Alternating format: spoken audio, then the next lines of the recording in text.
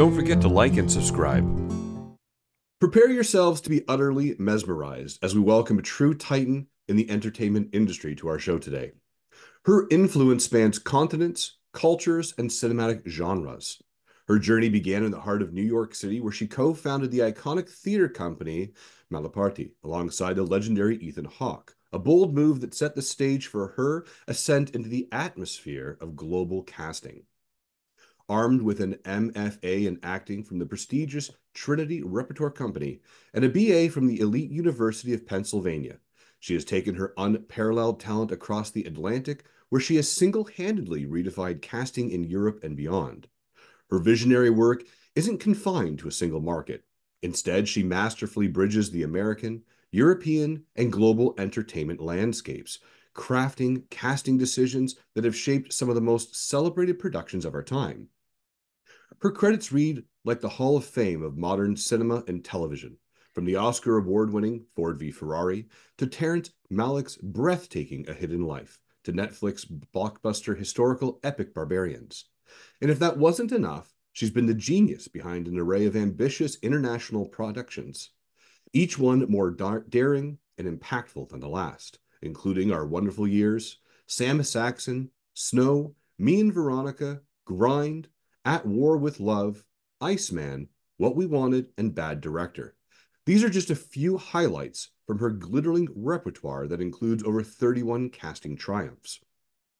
Her latest masterpiece, Samia, a Somalian language feature film, tells the heart-wrenching story of a Somalian Olympic athlete who defied every expectation, running against the odds, premiering to critical acclaim at the 2024 Tribeca Film Festival.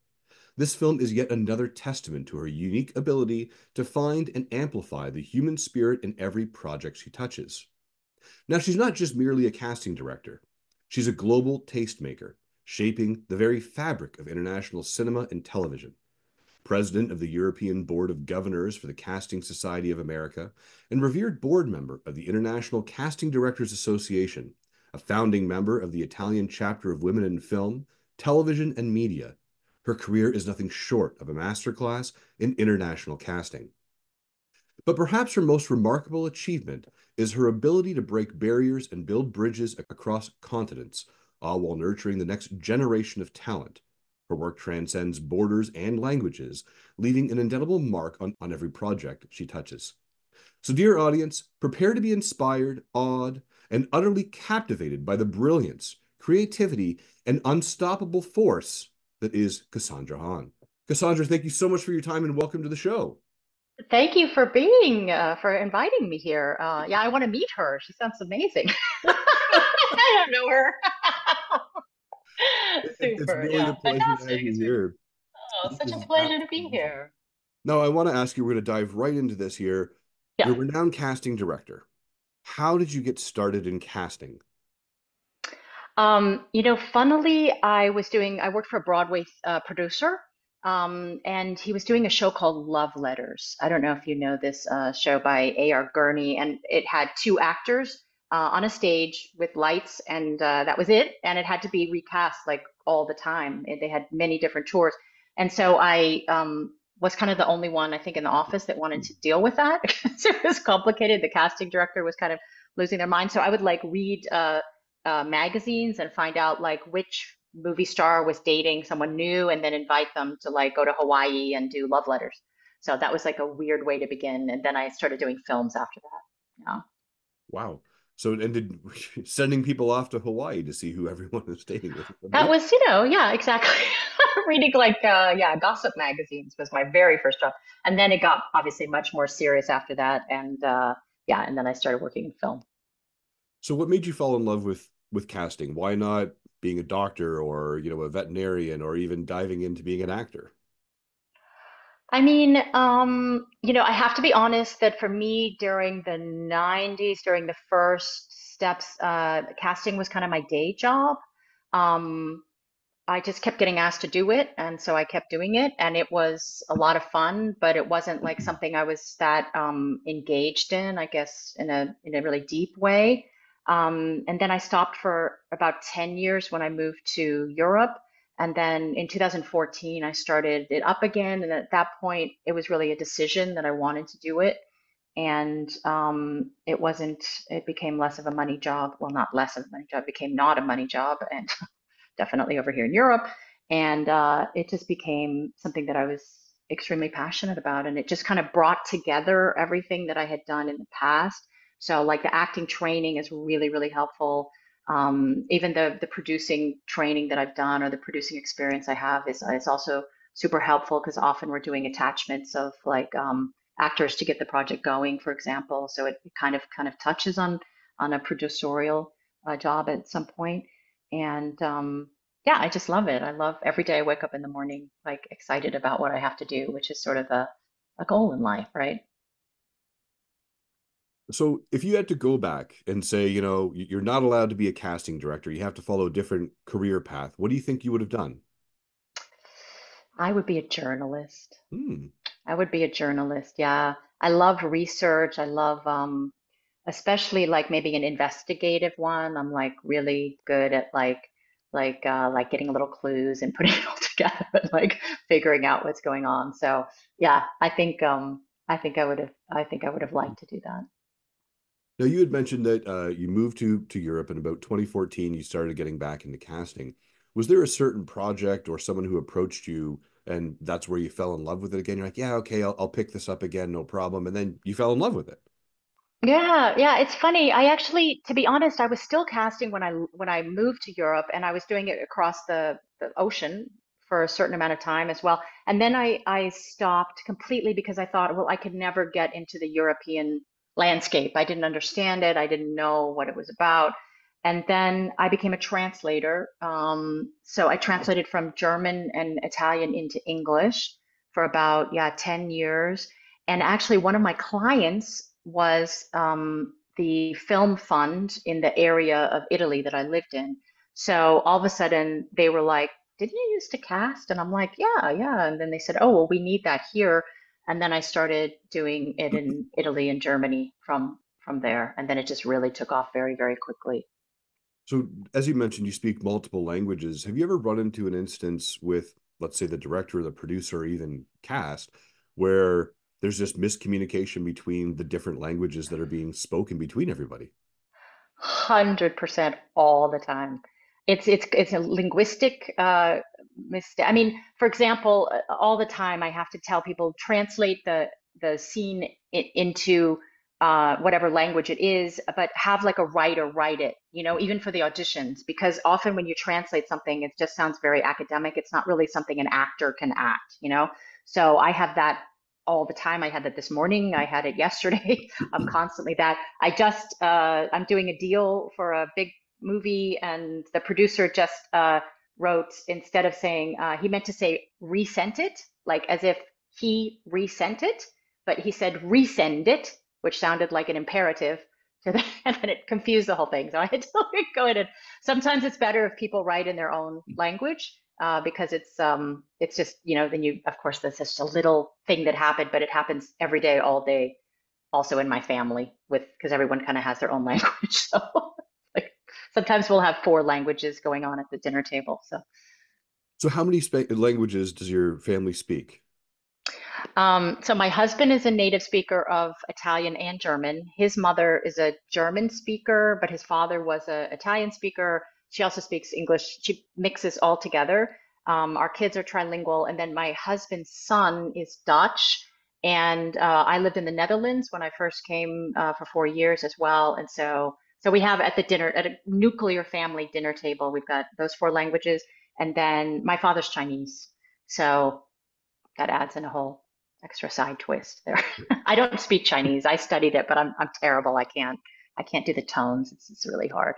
I So, lived in Japan, so I spoke Chinese. Yeah, but Chinese is hard. Yeah.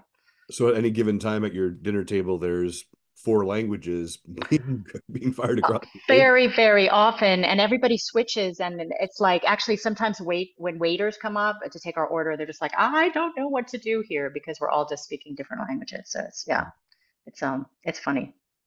Now, It's nice. I want to talk back to your journey here that spans across continents and cultures. What do you think is the most significant difference between casting a project in, let's say, US versus Europe?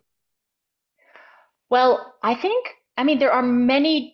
Many differences. There are also similarities, of course. I mean, of course, the main goal is the same. You want the, best actor for the role and the best ensemble to, to make this film come to life and in a most surprising and interesting way that draws in the audience. Of course, that's like the fundamental. Um, there's definitely a difference between the because of the financing system is so different. That's a major thing. So of course, with most of the rest of the world, definitely North America, you're dealing with equity investments that go into the films and TV series. But here, there's a lot of public funding. So yes, almost every film that you'll see that's kind of like a European, it's usually a co-production. It's very often the majority of it is financed with public money.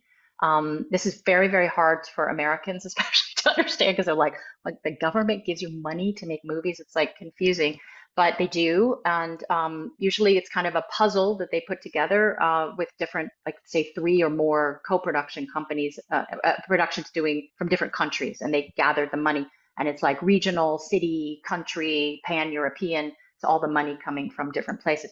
So that's a very good system, the European system, in one respect, because I think that the creative decisions are very much creative decisions because nobody's dictating, that you sell this.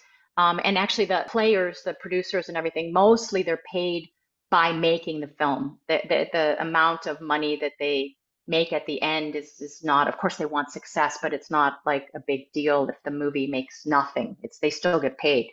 So, which is sort of the downside to it because sometimes I feel like there's almost no attention paid to the audience, so it's a little bit, it can like, I mean, it's disappointing when you have a film that's, you've worked really hard on and the director's working on it, and then it's like, four people see it. It's like, I find that very depressing. So, and it's quite common. Of course, the ones that have major success at festivals, they go out, but not always. Even sometimes they have great success at festivals and never see the light of day in front of audiences. Maybe they have to have some release, but it's so that's for me, that's the major difference. And sorry, how does that relate to casting? Is that a lot of times when these companies are putting together in money, they have certain requirements for the cast. So like Luxembourg is a partner, you have to hire an actor from Luxembourg if so this is it's a major, or from a specific region. If they have a Bavarian fund, maybe they want a Bavarian actor. So this is called territorial effect, and it very much affects the casting because you can only look at those actors from that area, which is very good for actors because if you live in a region like in South Tyrol, for example, they have maybe 5 million a year and about 50, 60 actors, and everybody has to uh, take them into the projects, and prove that they're spending the money in the territory and also on certain things.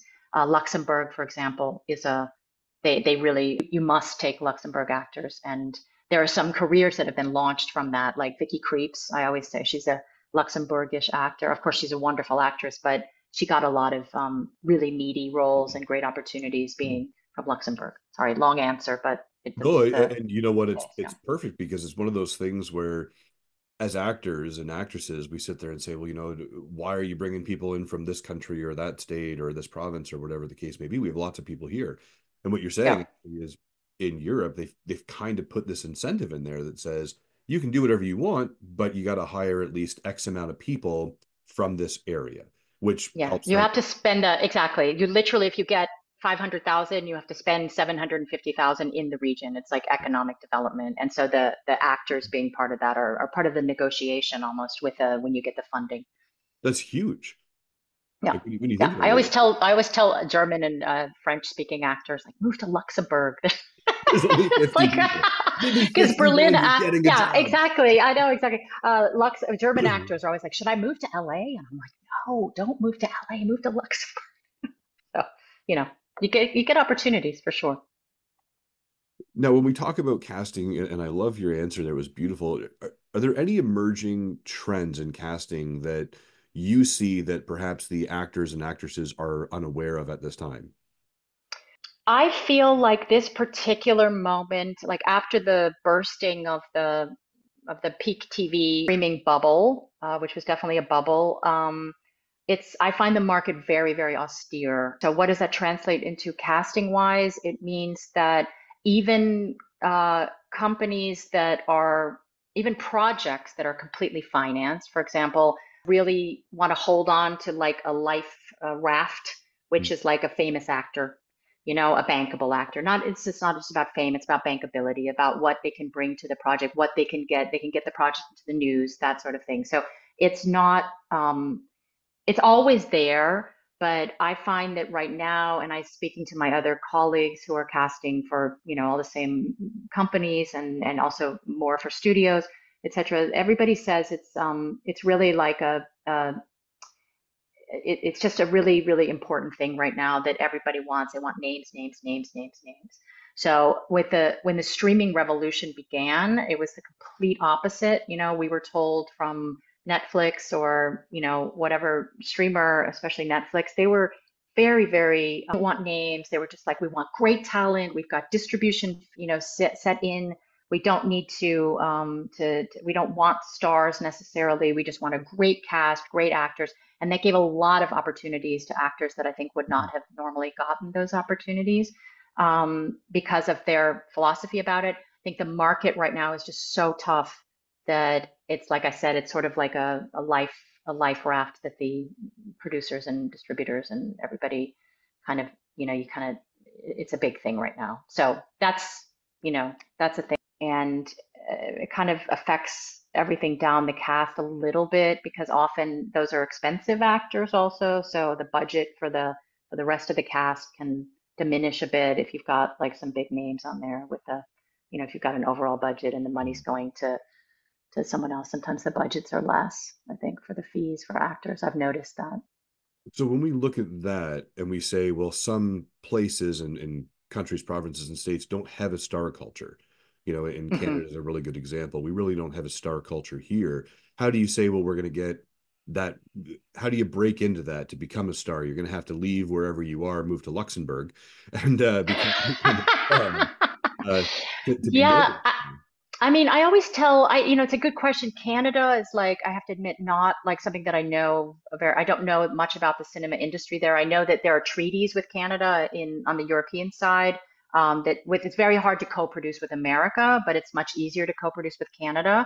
And so that's like obviously a good thing. But I think that I always tell, actors in Europe, for example, like try to make your mark like in your own country, in your own language, in your own country.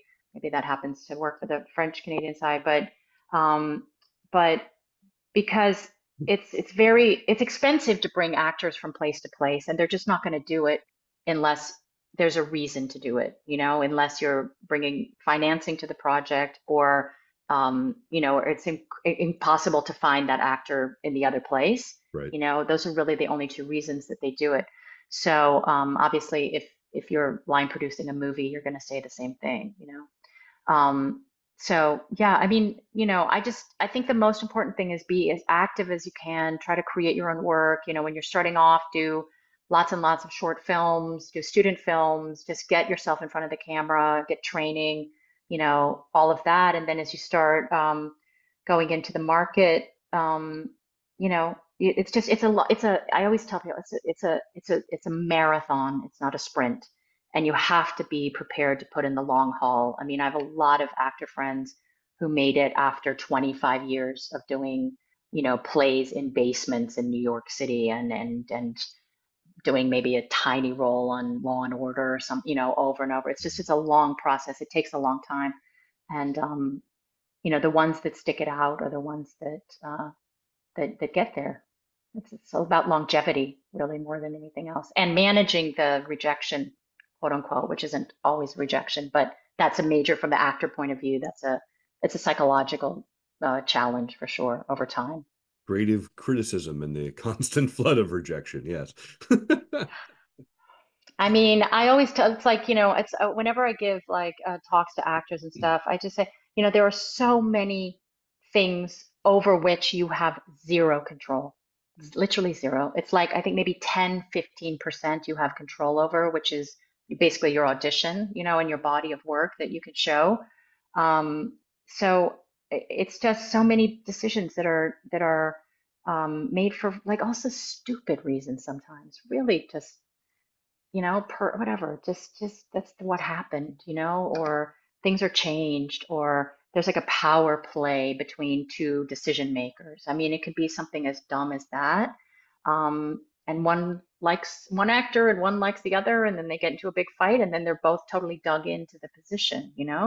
So it's important to do, your audition, to do your job of that percentage, which you can Mhm. control, and then you just have to just go with it. And I know it's hard. I really know it's hard, but just try to don't even wait for a yes or no. Just move on to the next one. Just move on, move on, move on to the extent that you can, because the you have to grade your success at how well you did your job, and Yeah. that's it.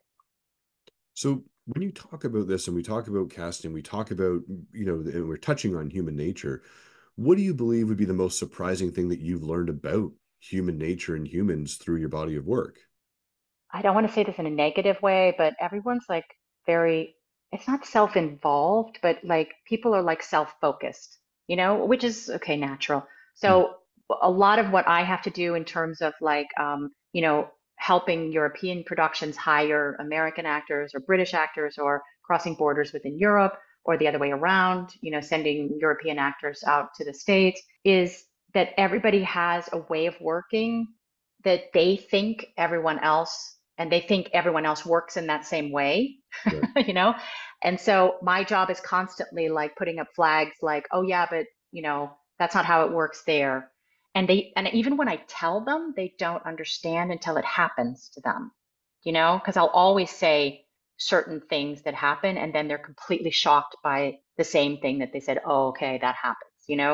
Um, so I think that's human nature though. It's just normal to be in your own world and to have a hard time making the mental adjustment to somebody else's world until you experience it Yeah. yourself. Now, you had mentioned helping cast a diverse roles here. Now, when we talk about your role of being the president of the European Board of Governors for the Casting Society of America, how do you navigate that challenge? As you said, you've already told these guys, hey, this is going to happen. It doesn't work that way. Hey, and they're kind of like, well, let's go ahead and do it anyways and see what happens. And then they're like, oh, you were right. So how do you navigate that line when you're representing such a diverse group of influential professionals? I mean, actually, we just now, this like just a few days ago, a week ago, changed to the global chapter. Mhm. So now we've got members from China, from Japan, from the Middle East. It's a very, I mean, my work for CSA is like really not related to casting in that sense of like I'm working on a project. So I'm not having to do too much crossing borders there. But there are a lot of, I mean, people in America and Canada and the UK, like we're so lucky that our casting process is as clean and fair as it is. And I know that not actors don't always feel that way, but just as an example, I do a lot of going to conferences not conferences, film festivals where they have me speak, and in the Balkans, in Northern Europe, in Scandinavia, in the Middle East, in Eastern Europe. Some places are worse than others.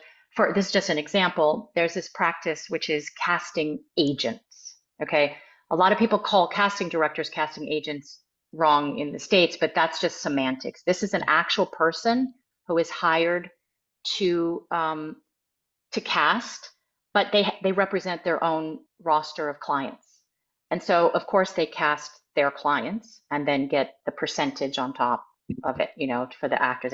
So, and this in some markets, this completely shuts out all the actors that are not repped by them, and and it even gets worse because they make them pay all kinds of things.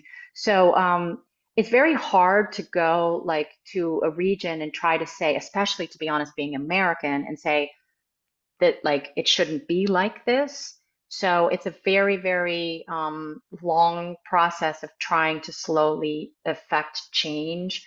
But for CSA, that's like really, I feel like that's my most important uh, mission, I guess, or thing that I have to do. And it's usually about finding like someone who does it, without this. It's corruption in a lot of places.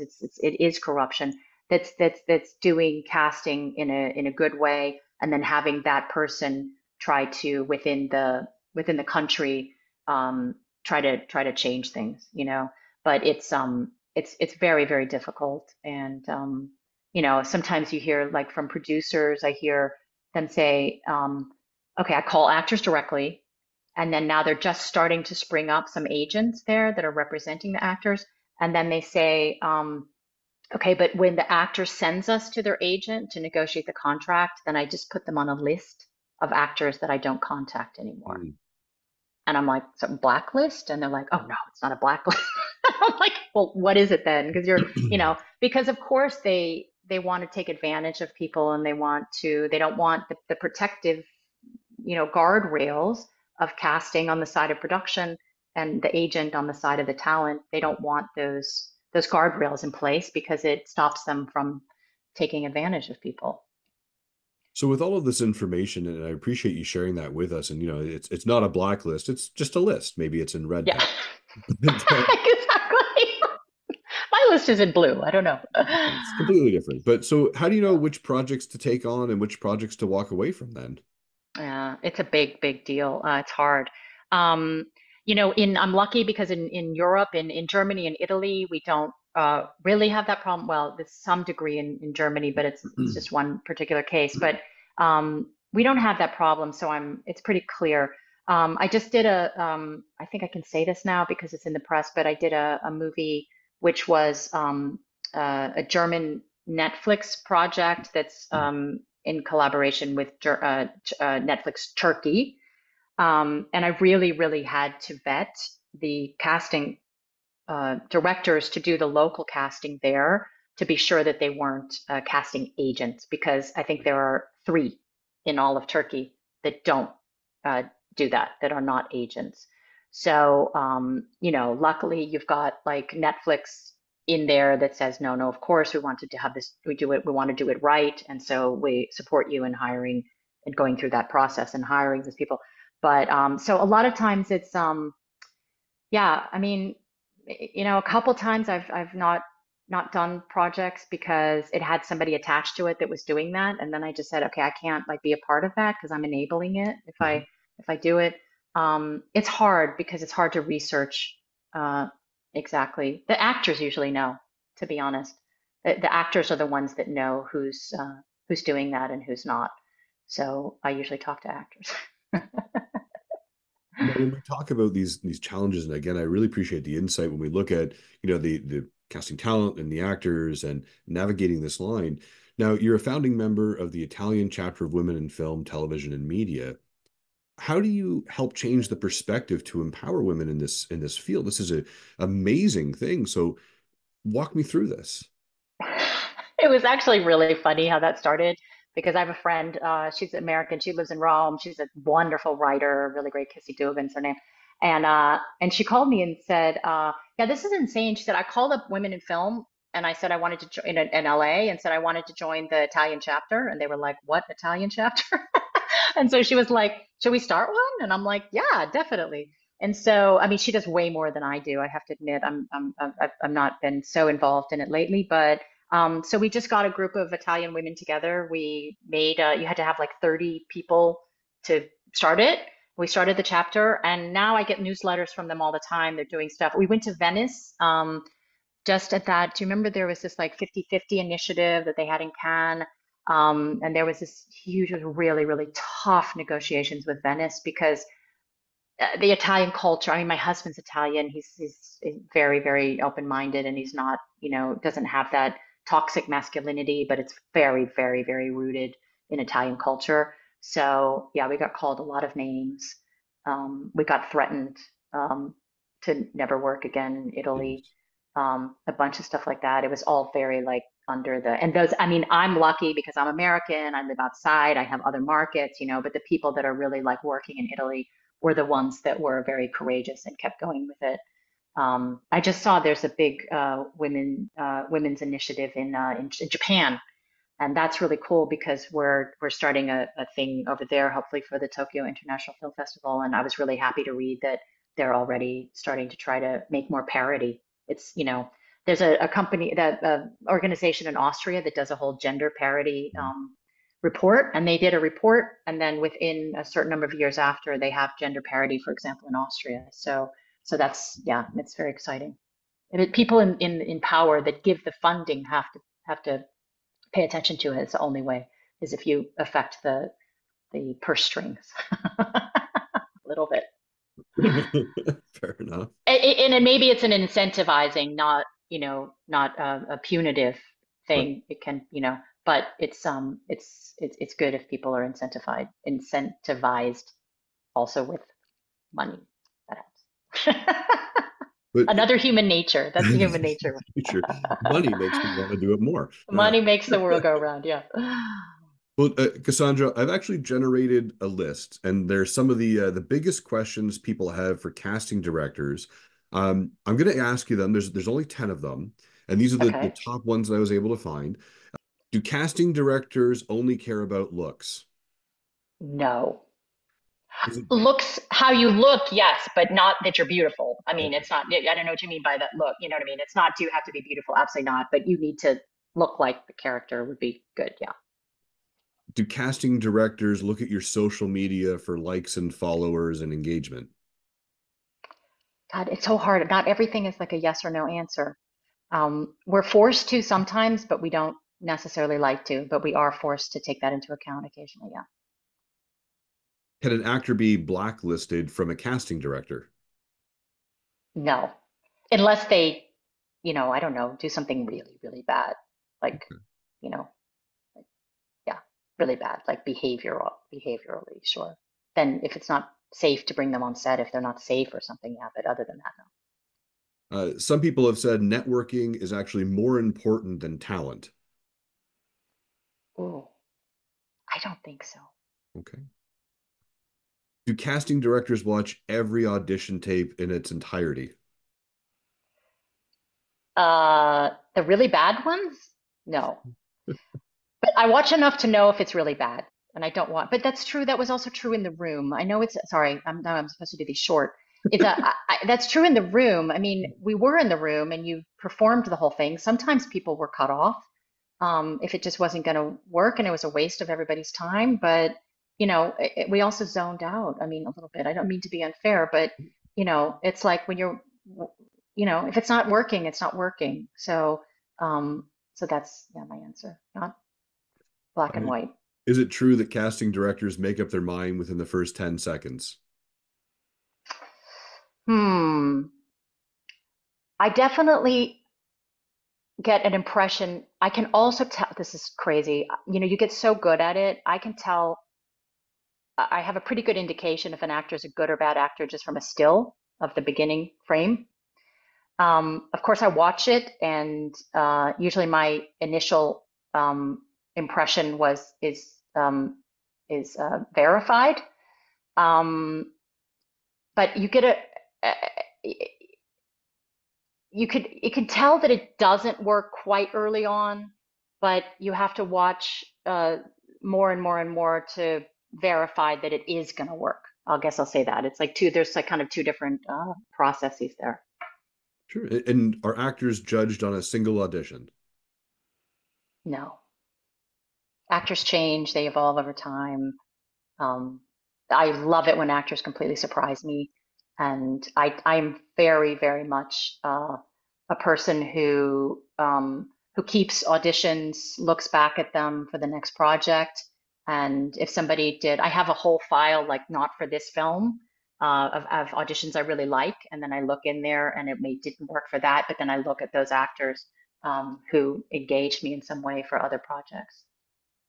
Do casting directors make the final decision? I mean, we make the it's a very very good question, and it differs completely by market because, for example, in in, the usual process in the States is like we casting directors will audition people and then we'll pull selects to show to the director. So in that case, yes, we are maybe knocking out maybe 75, 80% of the actors that auditioned because we're just pulling the ones that, and my job and hope is always to give the director, three or four great options that work really well who are different so that it's like different colors that you can paint.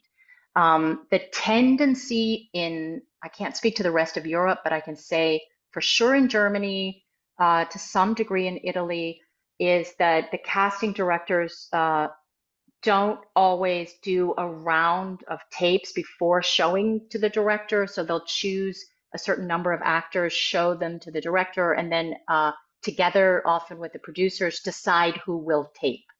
I'm totally against that system. Well, not totally, most of the time I'm against it because you're judging actors usually by show reels then. And I always think, it's total waste of time to discuss, unless it's maybe the lead or something, to discuss all of these actors before we see them tape. Because until we see their audition, we don't have any idea what they're going to bring to the table. And even if you've seen them in 6 movies, you don't know how this tape is going to turn out. And so I always like to have the actors tape first. So in that case, I mean, I don't know if it's power, but it's the processing is such that the actors that are seen by the director are selected by the casting director. Does that make sense? If you don't get the callback, you're out of the running. No, not necessarily. I don't think so. I've had many times where we did a whole round of callbacks and then we go back to nothing for some reason works, so we go back and then we do a second round of callbacks. Or sometimes I don't need to see any more from that actor necessarily in a callback, so they get shortlisted, and then they are still in it, but they're not necessarily. Sometimes callbacks are like exploratory, you're trying to figure out like, is this working? Is this not working? What do you think? Or the actors that you're not so sure about, you don't know their work as well. So there are many, many reasons for callbacks. It's not so black and white, at least not for me. Okay. And the last one I have is when you get an audition, it's better to wait a day to submit your tape as opposed to right away. I really don't think you should spend time thinking about that. I really don't think you should spend time thinking about it. I mean, I usually wait until the deadline to watch everything, but there could easily be casting directors that watch them as they come in, and then they might fall in love with like the first one, and then everybody else is compared to them. So I would never spend time and energy trying to be coy in any way. Just, it's if you did it fast, great. I mean, more power to you. Fantastic. I don't see a downside to that. It's And not so, yeah, sorry. No, no, no. Sometimes I think like actors want to like, kind of like bust the system, like figure out a way to like, but it's not that. It's human beings, it's human beings doing their job, also having risks and having difficulty. If we don't find the right actors, then it reflects on us. And if we do find, it's just like and we're all like just juggling sometimes more than one project and trying to make it all good. So I don't think there's no yeah, I think it's a waste of time to think about. and where can people learn more about you? Gosh, oh, I have a website, but it's super old. I've done a couple of other interviews, so I think on like YouTube there must be more than there's a couple on YouTube. There's at least one which is about auditioning techniques, like self-taping techniques. Um, so yeah, I think I'm somewhere there out in the stratosphere a bit. And and what's something that would scare you the most? Besides spiders? Yeah, I had a feeling you were going to say spiders. Really? I was like, Why? he's going to say spiders. I don't know. Just gonna say I have it written on my face. We live in sort of, I've always lived in the city and we live now kind of not the countryside, but sort of, and I can't tell you the little spiders that come in. So yeah, spiders scare me. I'm sure there are many other things, but And what's something you think people would be surprised to learn about you? what's really funny is actually a lot of people are surprised that when they find out I'm American because they don't, because over here A lot of people think I'm Italian. Some people think I'm German. And a lot of times when people meet me, they're like, "What?" I'm completely confused. So I'm confusing, as I Okay. wrote to you in my. Yeah, well, sometimes, yeah. And I have time for one last question for you today on coffee. Sure. Thank you Good. so much for your time. So July, I have two Sure. questions. Sure. But what makes Cassandra Han smile? Gosh. Um, People, like you're making me smile all through the whole thing, just your reactions to things. So I think people make me smile, I love it. which And definitely includes actors. Yeah. Because I love actors. Actors are people. People are actors. I love that. The thing I love about actors is that they're people. Yeah. and my actual last question for you today on Coffee with Chris, sorry, is what would be your favorite type of coffee? Oh my gosh. I'm so bad. I have to tell you that Starbucks. I know that's awful. I'm so criticized and ridiculed in Europe for drinking Starbucks, but anytime I'm near one, I get very excited. Um, and also cappuccino in the afternoon because that's totally not allowed in Italy, and it's like really bad. Like you can't do it, and I do it like in private sometimes at home, knowing that nobody's watching me. So yeah, I love coffee, big fan. Had an office for a long time, and during the pandemic, I was in a co-working space with Italians, and then I was in my house, and it took me like 3 or 4 days to be like, you know what? I could make a cappuccino and I could drink it, and nobody would look at me funny at all. And then I did it, and I was like, I mean, nothing happened. Like it was okay. And then the next day I did it again, and it was like so freeing.